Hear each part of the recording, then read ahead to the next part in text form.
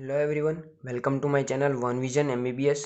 तो चलिए इस वीडियो में हम पढ़ने वाले हैं हेड एंड नेक का एक इम्पोर्टेंट टॉपिक कैरोटिड ट्रायंगल के बारे में। ओके, तो चलिए हम दो चार्ट में पूरा का पूरा कैरोटिड ट्रायंगल पढ़ेंगे। पहले इस चार्ट में पढ़ेंगे बाउंड्रीज, रूफ और फ्लोर के बारे में विथ डायग्राम, और इस चार्ट में पढ़ेंगे content of carotid triangle with diagram. Okay, तो चलिए स्टार्ट करते हैं हम बाउंड्रीज से।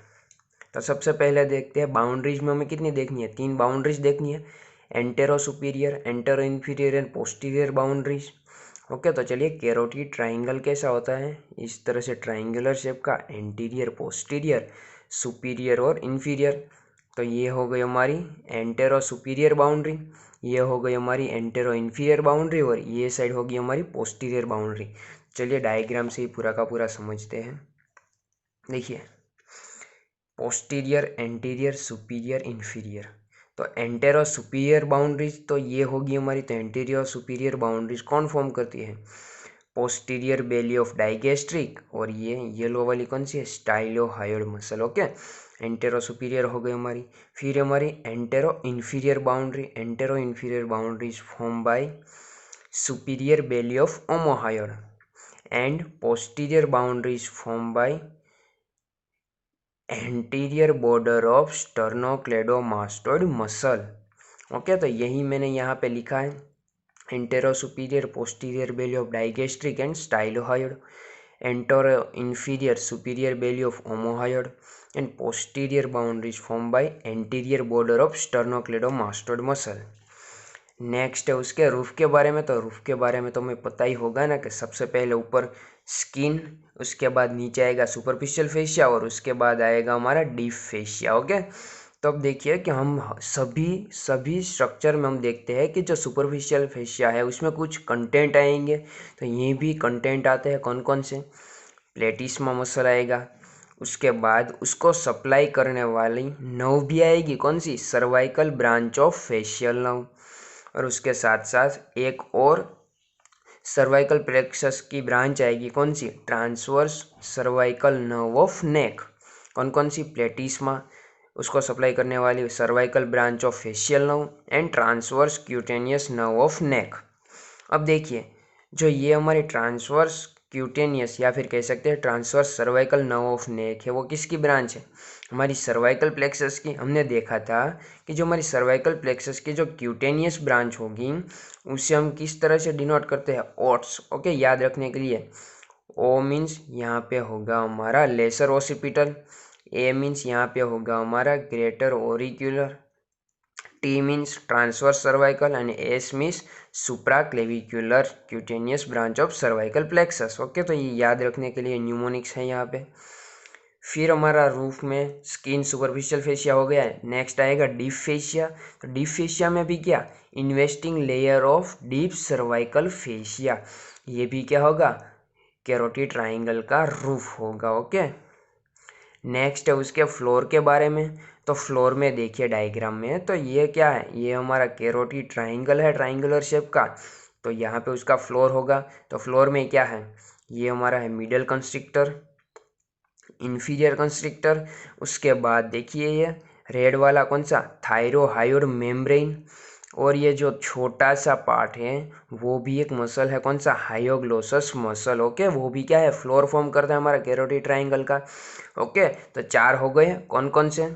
Middle constrictor of pharynx, inferior constrictor of pharynx, hyoglossus muscle, hyoglossus muscle मतलब कि muscle of tongue. Okay, and next one है थायरोहायोइड मेम्ब्रेन। ओके, और देखिए इस डायग्राम में हमने उसका लोकेशन भी बता दिया है कैरोटिड ट्राइंगल का। कहाँ पे होगा?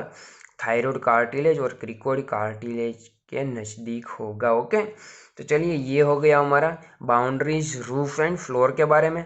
अब देखते हैं हम उसके कंटेंट के बारे में। ओके, तो चलिए कंटेंट में, मेन कंटेंट में हमें क्या देखना है? मेन कंटेंट में हमें देखना है arteries, when, nerve, and last में देखेंगे हम उसकी लिम्फ नोड। ओके, तो आपको याद रखना है आपको क्या क्या पढ़ना है कंटेंट में? Artery, when, nerve and lymph node. तो ये 4 ही मेन कंटेंट है। ओके, तो चलिए अब देखते हैं कि जो आर्टरीज है हमारे कैरोटिड ट्राइंगल में कौन सी आएगी?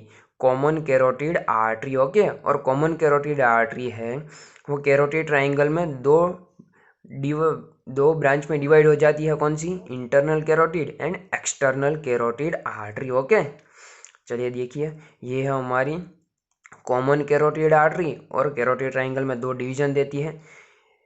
ये है हमारी इंटरनल कैरोटिड और ये है हमारी है एक्सटर्नल कैरोटिड और ये है हमारी इंटरनल कैरोटिड आर्टरी। ओके, चलिए यहाँ पे कॉमन कैरोटिड आर्टरी के बारे में देखते हैं कि जो कॉमन कैरोटिड आर्टरी है वो टर्मिनेट होती है कैरोटिड ट्राइंगल में विथ कैरोटिड साइनस और कैरोटिड बॉडी। ओके, मतलब कि जहाँ पे वो दो पार्ट में टर्मिनेट हो जाती है वहाँ पे क्या प्रेजेंट होगा?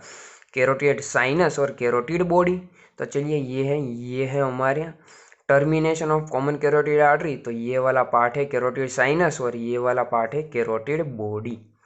ओके, अब देखिए कि जो ये कैरोटिड साइनस है, कभी कभी क्या होता है, कोई कोई पर्सन में हाइपर सेंसिटिव होता है। ओके, और हाइपर सेंसिटिव होने की वजह से क्या होता है, अगर किसी पर्सन के द्वारा जो उसके हेड का सडन रोटेशन हुआ तो क्या होगा, ये जो कैरोटिड साइनस हाइपर सेंसिटिव होने की वजह से क्या होगा, हार्ट रेट हमारे स्लो हो जाएंगे और उसे हार्ट रेट स्लो हो जाने से क्या होगा हमें कैरोटिड साइनस सिंड्रोम, ये उसकी क्लिनिकल हो गई। ओके, क्या हो जाएगा हमें कैरोटिड साइनस सिंड्रोम।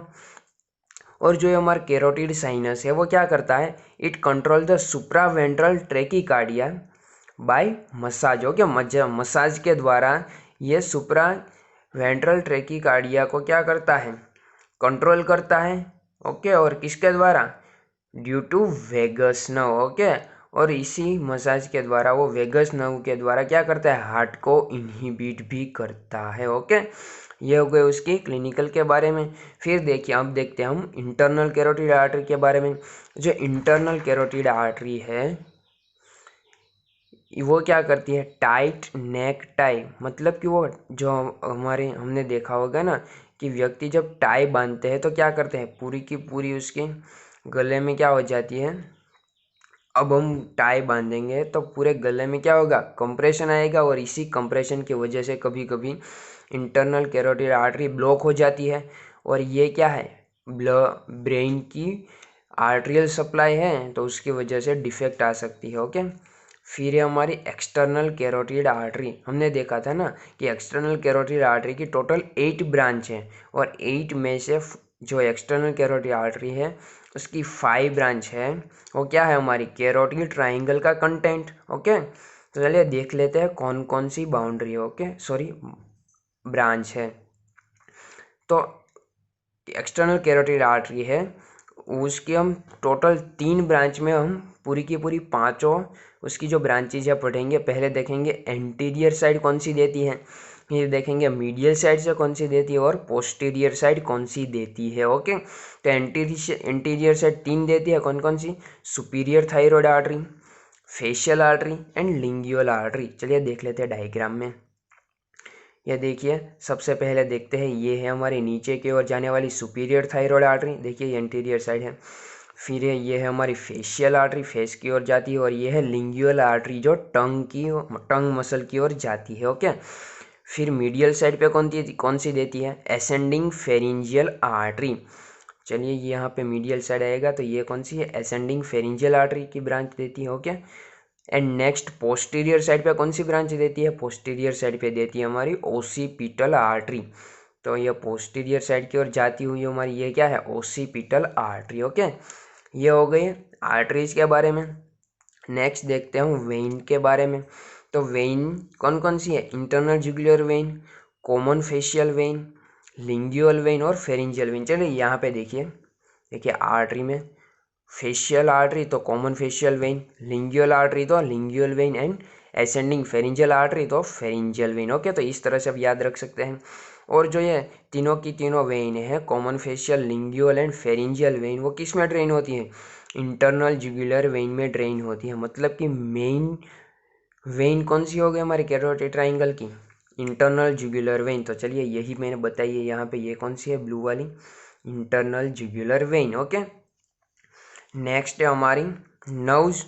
ओके, तो नर्व्स में कौन कौन सी नर्व है कैरोटिड ट्रायंगल की कंटेंट, तो उसमें आपको याद रखना है लास्ट 3 क्रेनियल नर्व, मतलब कि कौन सी 10th 11th and 12th cranial nerve, ये तीनों की तीनों क्या है content of carotid triangle. Okay, और जो हमारी 11th क्रेनियल नर्व है वो किसे सप्लाई करेगी, स्टर्नोक्लेडोमास्टोइड और ट्रेपेजियम को सप्लाई करती है। ओके, चलिए यहाँ पे हम देख लेते हैं।